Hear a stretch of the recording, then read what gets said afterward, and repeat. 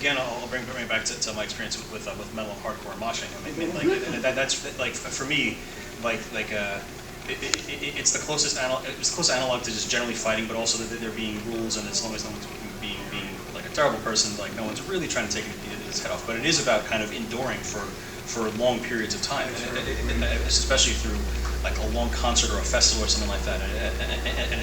And I've been at like festivals for a weekend and lost 10 pounds.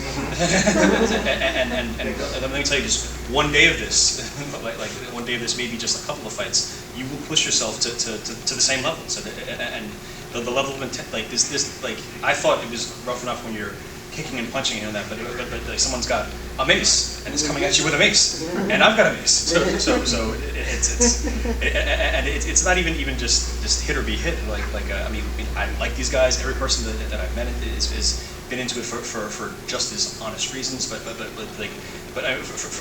for me, like the physical exertion of it, I mean, it just feels like it's the culmination of where I've been going. So. I agree with the mosh pit. I spent 10 minutes in a Slayer pit. Anyone else? My background is fencing, but the problem with fencing is, in fencing especially, exception with the saber, everything is thrust stabbing. When I'm really tired, automatically I stab. Right. Yes, when I'm really tired, like that. And today I think I almost stabbed him. But saber helped me a little bit. But I think what it really helped me in this, because once you are inside that helm, some people, if you are not claustrophobic, you will find maybe that you are a little claustrophobic. And after 20 seconds in that thing, at the beginning you will really want to take it out, or you will so desperate. So I think what it helps me a lot is the swimming, because in swimming I'm used to dive like several meters, or try to do freestyle, because the less that you breathe, the fastest you are. So, and somehow that helps me controlling my lungs when I'm feeling that I want to panic, because especially with these little holes there is no air. So I just start doing some swimming breathing, and then I become fine. And now I'm managing to be with the helm almost the whole time. The extra pounds, you can't see, you can't breathe. First time you fight, you want to rip that helmet off and you puke, you know. But you do it more and more, and you get accustomed to it. All your muscle, you know, the weight's spread out, so your muscles become accustomed to that. And I think the best thing with our sport is like doing CrossFit or something like that, to be able to keep going. Quick cardio. Quick recovery, quick recovery, cardio type. Yeah, I can tell you that a lot of the guys in the SCA who joined the team to go to the World Championships were Dukes and Knights, which means that they were great fighters and had won a lot of tournaments. And we're Americans, we're big, we're tough, we play football. So what do they play in Europe? Soccer. We got this. And we got there. And who here is a UFC fan, into mixed martial arts at all? Okay, who ever watched the first couple of 3 UFCs? Yes. Okay, you remember what Hoist Gracie did to everybody? Mm-hmm. That's what the Russians and the Ukrainians and the Belarus and the Poles pretty much did to us. They were running around all over the place. We were like, what the heck? You know, we were like Art Jimerson right there. But we learned fast. We learned with every match, with every day, and we got better. So by the end of that first year, we were, you know, a little bit better than Art Jimerson. Let's just say that much. We went, so that year, we looked at some things. We were all in our 40s. We're talking averages here. A lot of them in their 40s, midlife crisis, new car, the kids are grown up, I don't have to pay for them anymore, what else? I've been king 7 times, what am I going to do with my life? Let's try this, new challenge, new step out of my comfort zone. But they're all, we were all like approximately 6 feet tall, all 200 pounds, except for me, because I'm just a skinny bastard.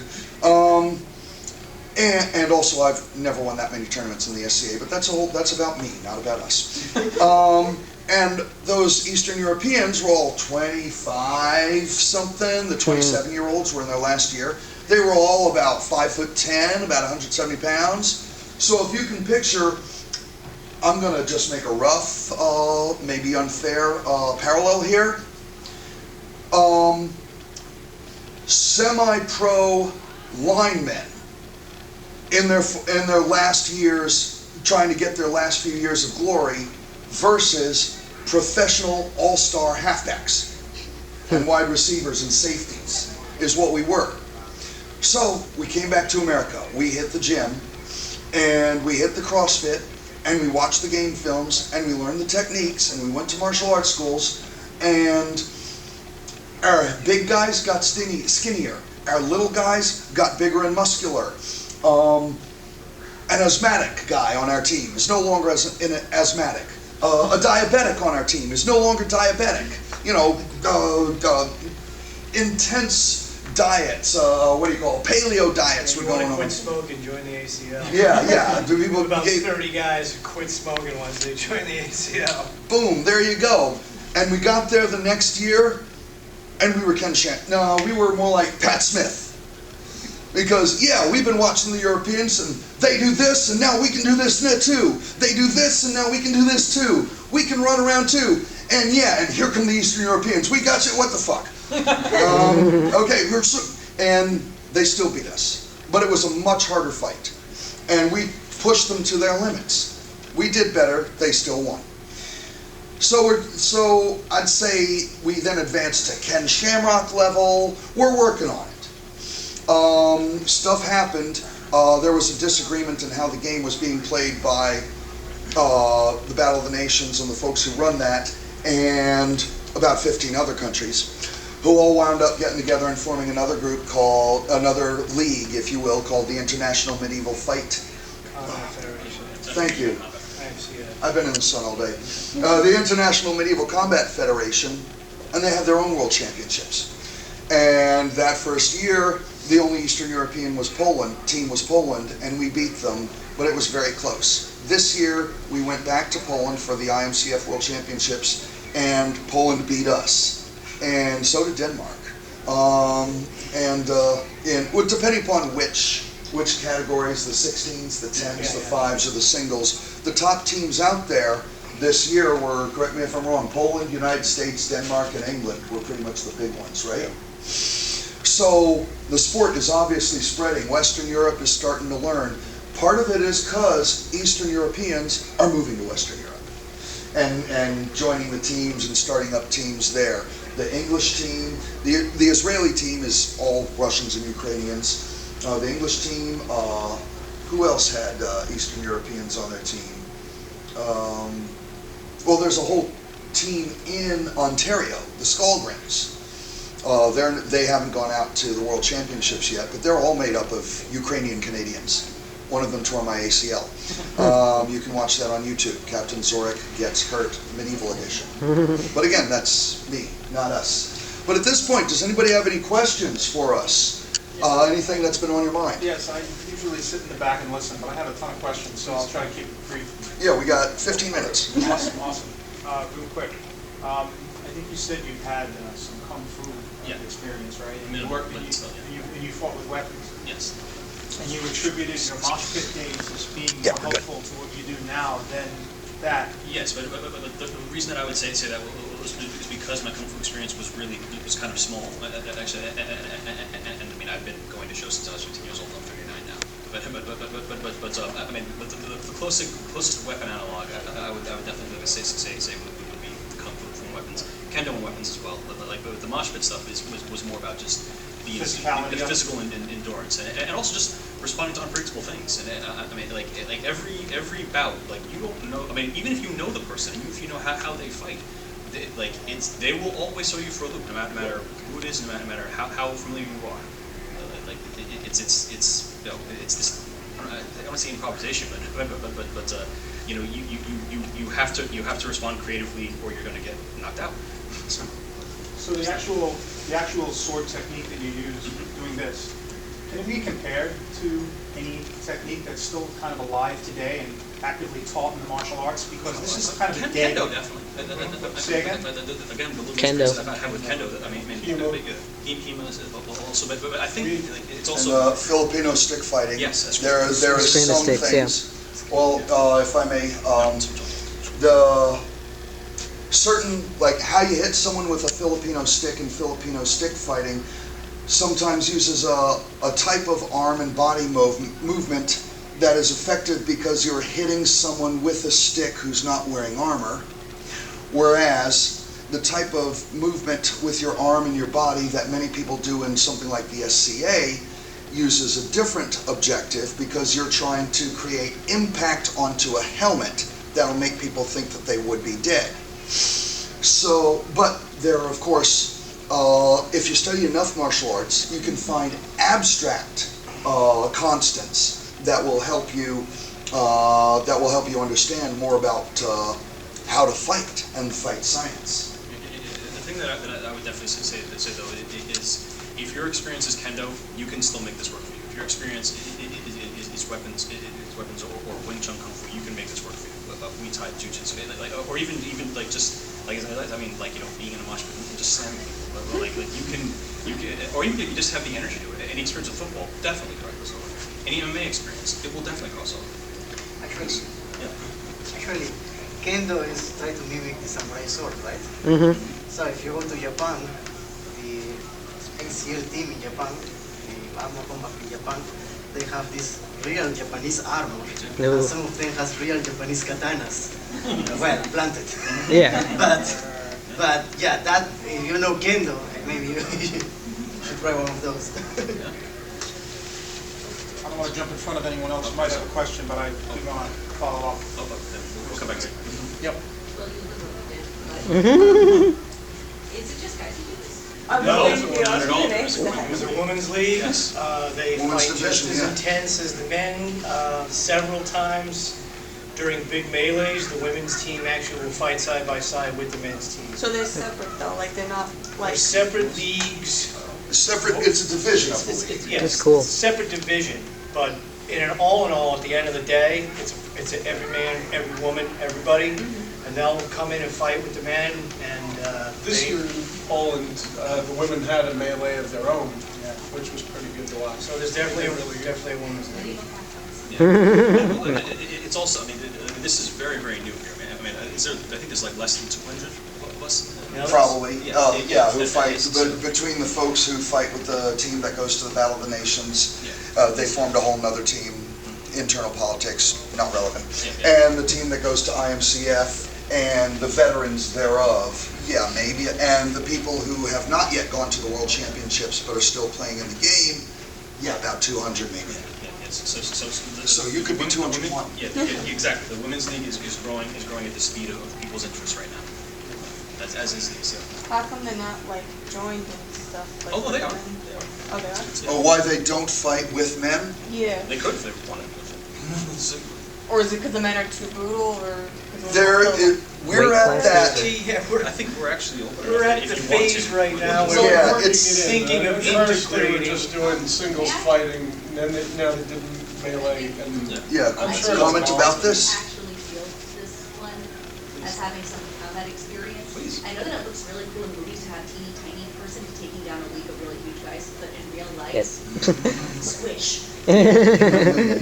Now, I think it's a matter of weight class more than anything else. For the same reason that in wrestling you don't have the really huge, you have separate weight classes. Weight And classes. Most of the time, girls are just like on average in a separate weight class Mhm. beside any physiological. just because more women weigh less than more men. Right. But of course, average does not equal all. All. Yeah. Yes. Now, in the world of full contact medieval armored combat, there are things called pro fights. And HMB, that's the name of the organization that runs the Battle of the Nations that I was trying to remember earlier. And there's a mixed martial arts promotion in Eastern Europe called M1. And now they have an armored combat division called M1 Medieval. You can look it up. It's in the news a lot.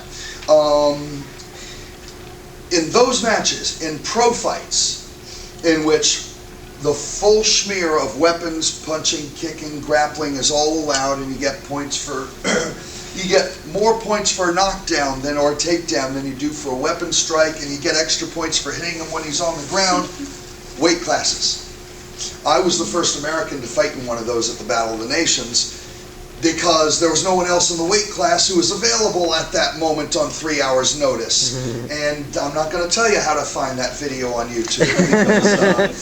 Because, but if you do buy my documentary, U.S. Against the World, you will see the fight, because if you're going to watch that fight, I want to get something in return for it.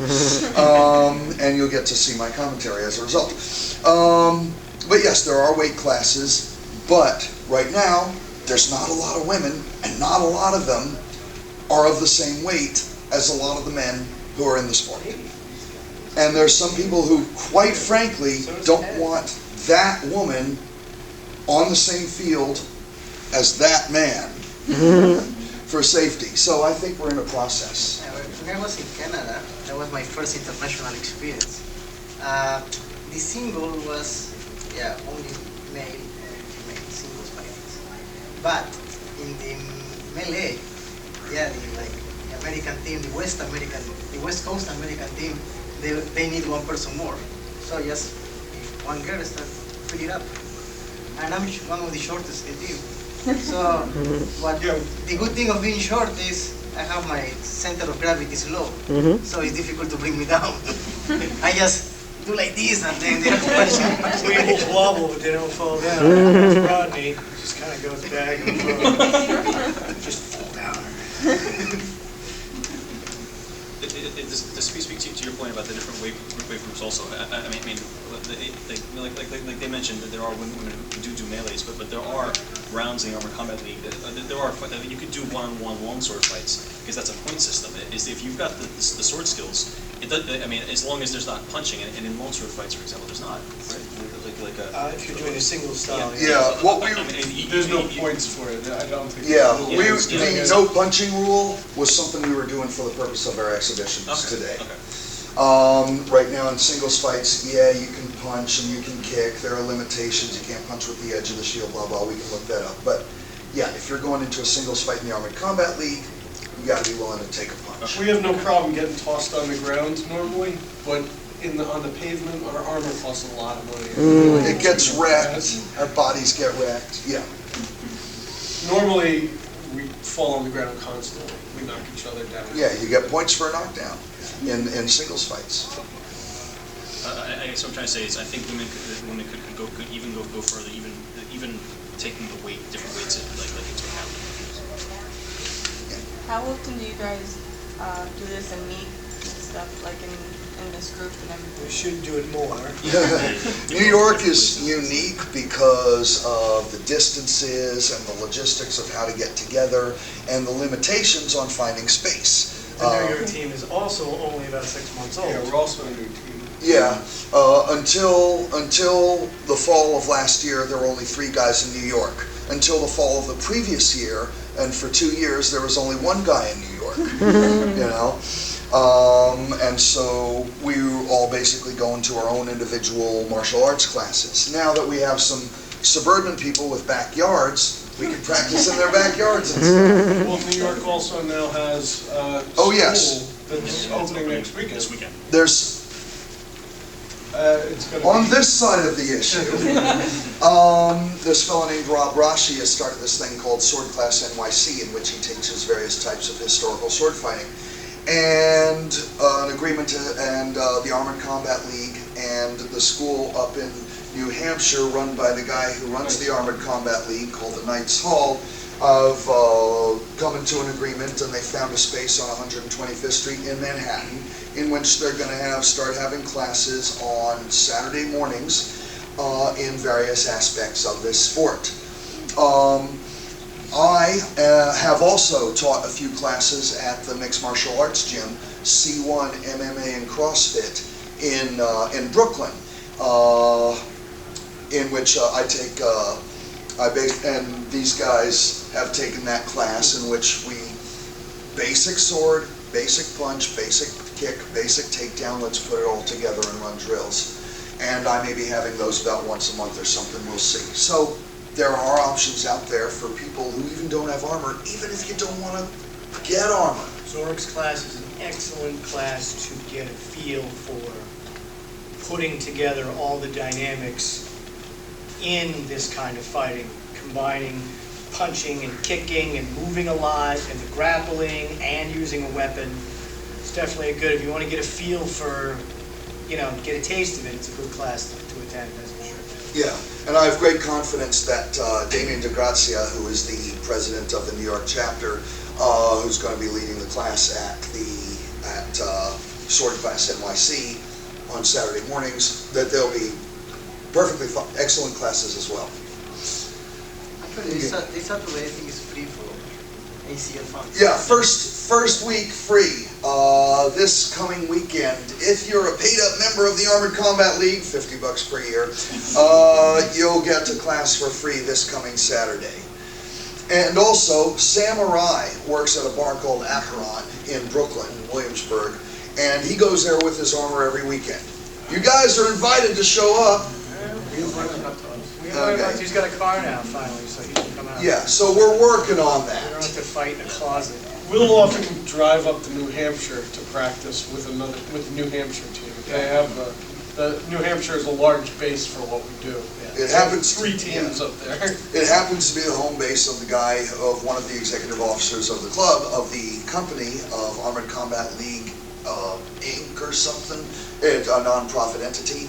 And second weekend of every month, they're going to be having chapter fights up there, in which chapters, which are the local groups of the Armored Combat League, will meet and compete for points and standings in singles matches and in 3-on-3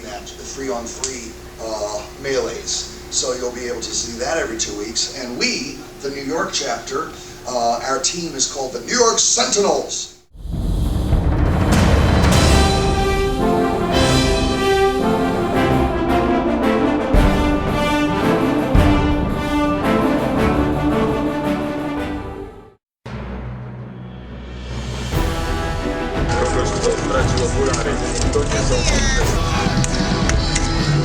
Ze Stanów Zjednoczonych. Za chwilę